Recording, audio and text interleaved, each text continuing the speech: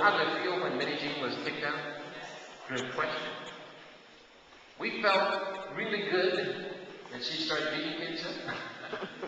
But we felt really bad that she was no longer going to be with us. So we had mixed emotions. But you know what happened?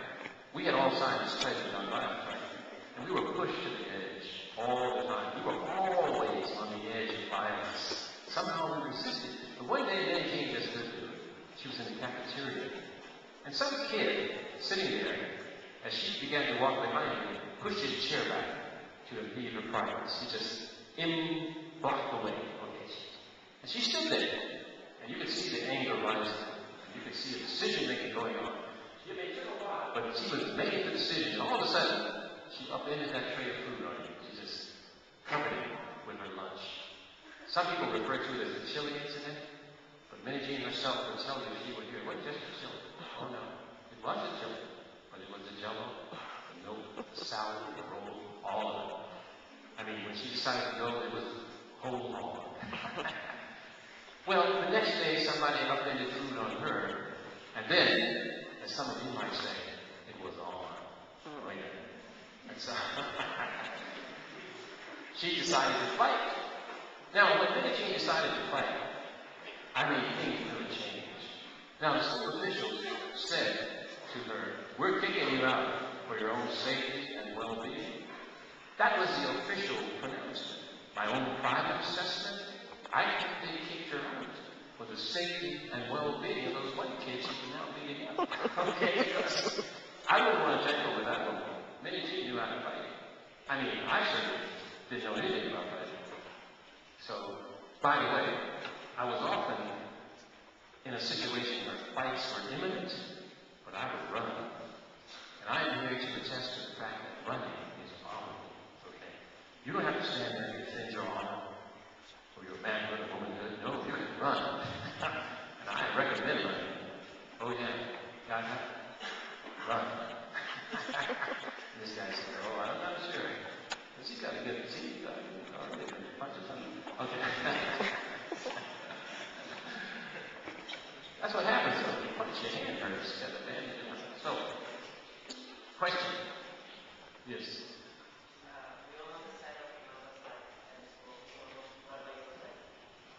Now, here's a tremendous question. He says, we all know the side of Milton's life, but see, he's had time to read that whole book. Now he's asking me on my side, which means I've got to stand up here and recite the book, which I won't. By the way, I do have a book coming out, so I'm going to postpone part of this answer until September, at which time, September 1,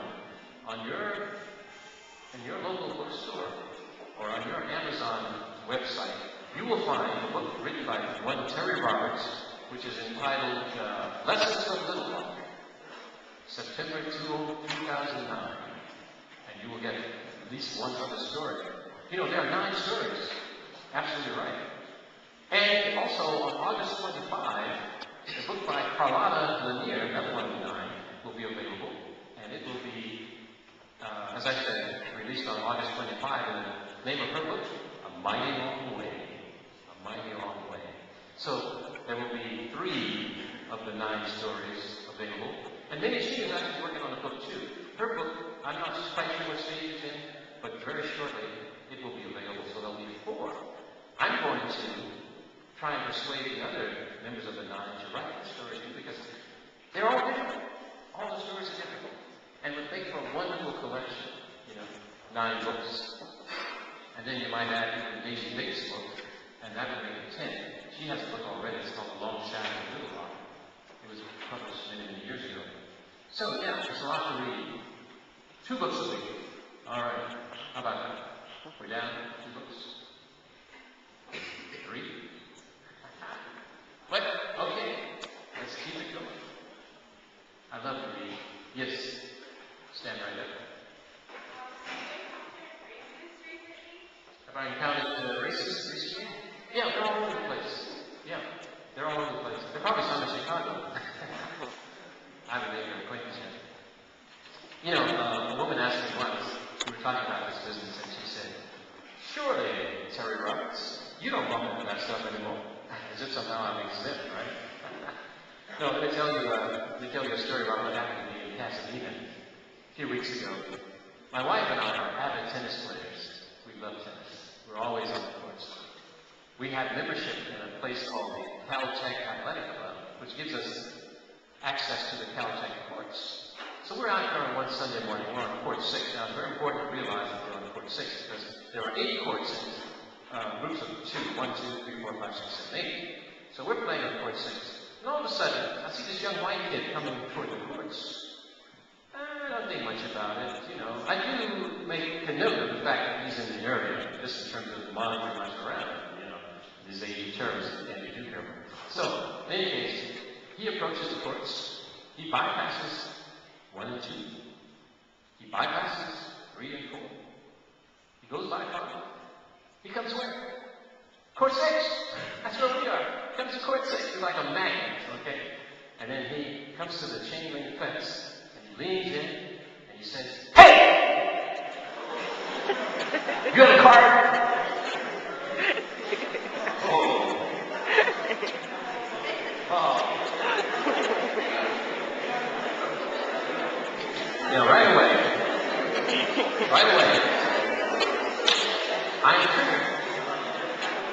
I mean, when he yells out like that, see, I was in the same shape. When he yelled out like that, it caught me off guard. But instantly, I was triggered. I went from calm, law-abiding, peaceful citizen to homicidal maniac in seconds. Now, what he didn't realize, by doing that, and the way that he did it, he tapped into some primal repository. He opened the door. It was like Pandora's box. Stuff came popping up that even I had forgotten. But he became symbolically the target. Now, the thing that saved him primarily was the chain link fence, I must admit.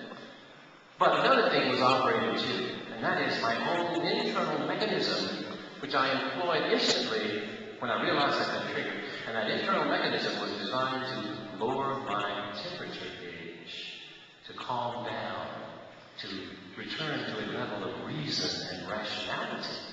And so I walked toward him, but I chose to walk slowly. Deliberately, I chose to walk slowly toward him so that my mechanism would have time to work. And so when I got close to him, I leaned in, and in a well-modulated voice, I said to him, "Do you have a card?" That simple question seemed to fluster him. He began to look for some means of identification. He checked every pocket. He could find nothing.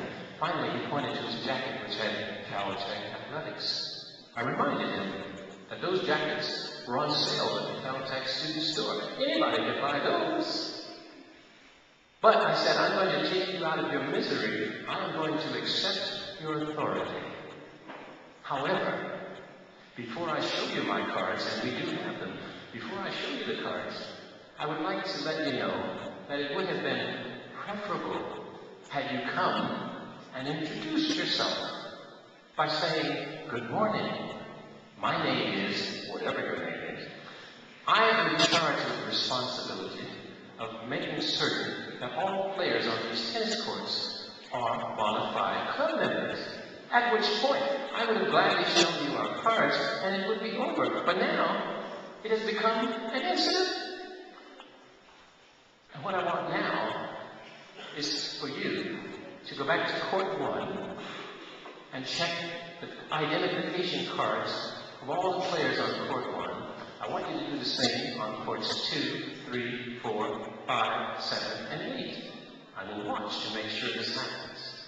He complied. He was very obedient. He did. But it had destroyed the ambience of the morning. My wife and I were not in the same frame of mind. We did indeed continue hitting the ball back and forth, but we were distracted, thinking about how things were before the interruption and how things were now after the interruption. That was my example. You want to hear today's version? Just kidding. Okay. Very good.